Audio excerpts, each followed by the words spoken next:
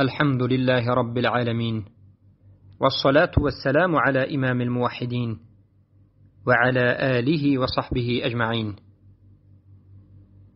اما بعد، السلام علیکم و رحمت الله و برکاته. سوال آمده است که پیشوای ما مسلمان ها کیست و آیا ما می توانیم هر کسی رو که خواستیم بگوییم این پیشوای من است؟ جواب این است: برادرم و خواهری موحدم، بارک الله فیکم، پیشوای من و تو این رسول الله صلی الله علیه و سلم است. قدوه و نمونه و الگوی من و تو این رسول الله صلی الله علیه و سلم است. خود الله در قرآن به من و شما بیان کرده است که پیشوای شما، الگوی شما رسول الله است و به رسول الله امر کرد و به من و شما امر کرد که این چنین به ابراهیم علیه السلام پیروی بکنیم و ابراهیم علیه السلام هم الگو و پیشوای ما هستند. ای اهل توحید، ما غیر از رسولان دیگر پیشوای نداریم. غیر از پیروان رسولان، صحابگان و سلف صالح دیگر پیشوای نداریم. پیشوای مطلق امت اسلام این رسول الله صلی الله علیه و سلم است. بله، الله سبحانه و تعالی در قرآن عظیم الشأن بیان میکند در سوره احزاب آیت 21: اعوذ بالله من الشیطان الرجیم لقد كان لكم في رسول الله أسوة حسنة لمن كان يرجو الله واليوم الآخرة وذكر الله كثيرا. همانا که رسول الله صلی الله علیه و سلم برای شما الگوی نیکوست. اسوه حسنه الگوی نیکوست برای کسی که الله را میخواهد، روزی قیامت را میخواهد، نجاتی روز قیامت را میخواهد. انا همین رسول الله صلی الله علیه و سلم برای او الگو هست، پیشوا هست. پس ای بنده الله، الله تو را رحمت بکند و توفیق به توحیدش بدهد.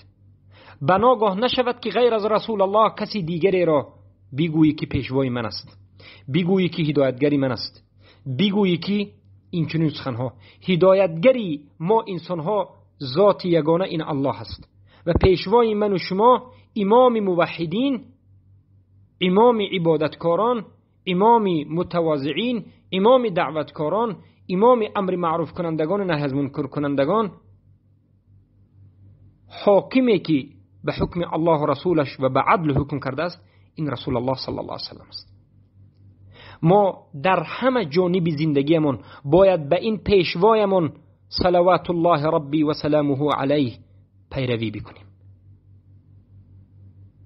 پیروی کردن از رسول الله، اطاعت کردن از رسول الله، از این پیشوای مبارکمون به من و شما فرض عین است و شناخت این پیشوایمون به من و شما اصول دین است و فرض عین است. کسی که پیشوایش را نشناخت، محمد صلی الله علیه و سلم صلوات الله ربی و سلامه علیه، این اصل دین را نشناخت، این مسلمان نیست. در کوچکترین امر از مستحبات ما باید پیروی بر رسول الله بکنیم و در بزرگترین امر، در امر توحید و در ترک شرک، در اصول دین حتما باید پیروی از رسول الله بکنیم.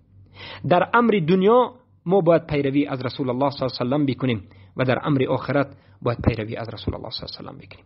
در معامله و در اقتصاد و در خانوادگی، در همه حالت ما باید به این الگو، به این پیشوا، به این اماممون، به این رسولمون محمد صلوات الله ربی و سلامه علیه باید پیروی بکنیم. و این چنین الله سبحانه و تعالی محمد صلی الله علیه و سلم و امتش را امر کرد که در باب توحید به ابراهیم الخلیل علیه السلام پیروی بکنیم. بله، الله گفت که قد كانت لكم اسوة حسنة في ابراهیم همانا که برای شما یک الگوی نیکو در ابراهیم است. یعنی ابراهیم پیشوای شما است، باید ابراهیم الگو برای شما باشد و از او پیروی بکنید. در چی؟ در کدام عملها؟ در براءتش از مشرکین. اذ قالوا لقومهم انا براء منكم و مما تعبدون من دون الله. زمانی که گفتند به قومشون، به مشرکین که ما براءت خود را از شما ای مشرکین اعلام میکنیم و از شرک شما اعلام میکنیم. کفرنا بكم، ما کفر ورزیدیم به شما. و بدا بیننا و بینکم العداوة والبغضاء ابدا حتی تؤمنوا بالله وحده. و بین من و شما، بین ما و شما، بین اهل توحید و اهل شرک ظاهر شد از همین وقت عداوت و دشمنی تا روزی که ایمان به الله میبرید. در همین منهج ما باید پیروی به ابراهیم بکنیم. پیشوای ما ابراهیم علیه السلام هستند، رسول الله صلی الله علیه و سلم هستند. پیشوای ما صحابگان رضی الله عنهم هستند که پیامبر گفتند که تمسکوا بسنتی و سنت الخلفاء الراشدین، چنگ بزنید به سنت من و به سنت خلفای راشدین من. پیامبر گفتند چه که در حدیث اومده است خیر القرون قرنی ثم الذين يلونهم ثم الذين يلونهم، بهترین قرن من است و بعد از این قرن دوم و قرن سوم.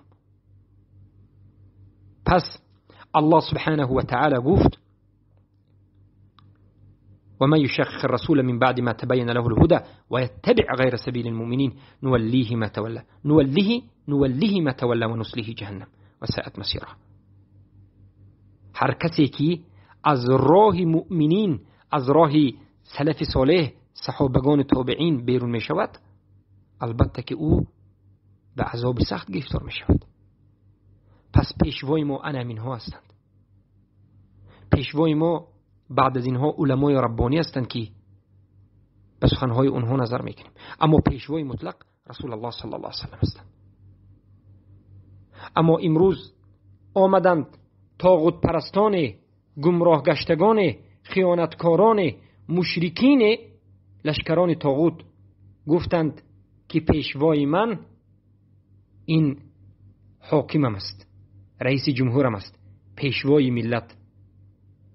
این همه طاغوت پرستی است، این گمراهی است. یک انسانی که مشرک است، مرتد است، طاغوت است، یک انسانی که تمامی حرامی را و تمامی رذالت را انجام داده و بر ضد الله و رسولش و دینش می جنگد و بر ضد تمام انسانیت، انسانیگرایی، عدل و عدالت می جنگد و تمام فساد را زنده کرده و شب و روز در خدمت شیطان است، این انسان را پیشوا گفتن این طاغوت پرستی است، این گمراهی است، این ایمان آوردن به طاغوت است. بله، کسانی که لشکر طاغوت هستند دوستانشان انمی طاغوت هستند. طاغوت ها را دوست میگیرند و انمی طاغوت هایشان اینها را از نور، از هدایت دور میکنند و به ظلمات تاریکی میبرند. اما ولی ما، دوست ما، این الله است. الله سبحانه و تعالی ما مؤمنین را از ظلمات تاریکی به نور میبرد. چخیلی که خود الله سبحانه و تعالی بیان میکند. نظر بکنید به سوره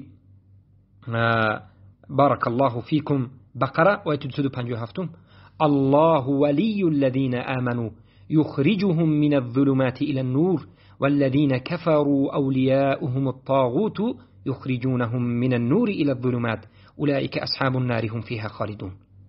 الله ولی یعنی دوستی، کمک کننده همون کسانی هست که ایمان آوردند، ایمان به الله آوردند، کفر به طاغوت دارند.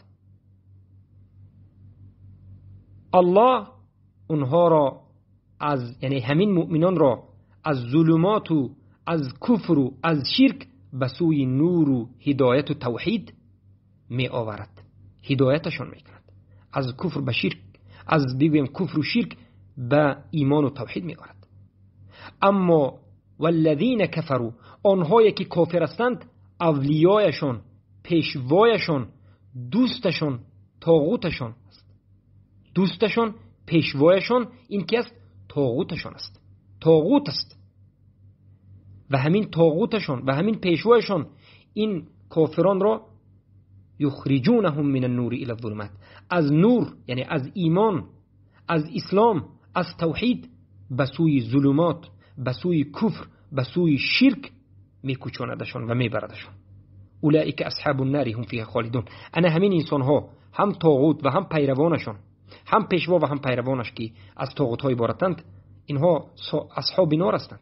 اینها اهل نار هستند، اهل جهنم هستند و در این جهنم خالدین باقی میمانند. و انا همین است، این سخن الله است و تفسیر سلف هم همین است.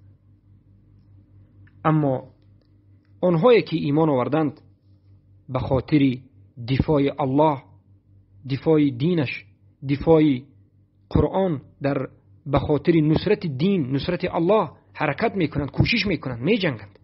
آنهایی که کافر شدند به خاطر طاغوت، به خاطر دفاع طاغوت شعارهای طاغوتی را بلند میکنند، پیشوای طاغوتیشان را دفاع میکنند و فخر میکنند. اما من و شما میگوییم که اشهد ان لا اله الا الله و اشهد ان محمدا عبده و رسوله صلی الله علیه و سلم. انا همین بیان میکند که پیشوا خواندن یک انسان مطلقاً این یک گمراهی است، بجز رسول الله صلی الله علیه و سلم و بجز از نشان داده های رسول الله صلی الله علیه و سلم که این صحابگان تابعین هستند. بارک الله فیکم و حیاکم الله و بیاکم.